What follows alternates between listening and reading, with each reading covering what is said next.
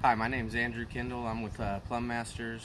We're working on a job today where we're digging up the sewer line, doing a repair where a root intrusion had happened. We're going to take a minute to show you what we're doing and how we test to make sure we're good.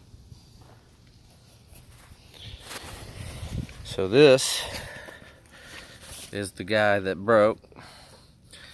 Busted it up pretty good. That's the root that was going into it, but we're right here. Had to dig around all of these. And this is our repair here with our test plug so that we can give it a test. Amount of dirt, and we'll walk over here and take a look. We perform a hydrostatic test on anything we repair on any sewer lines, and what that does is we block it up down there and then we fill this up.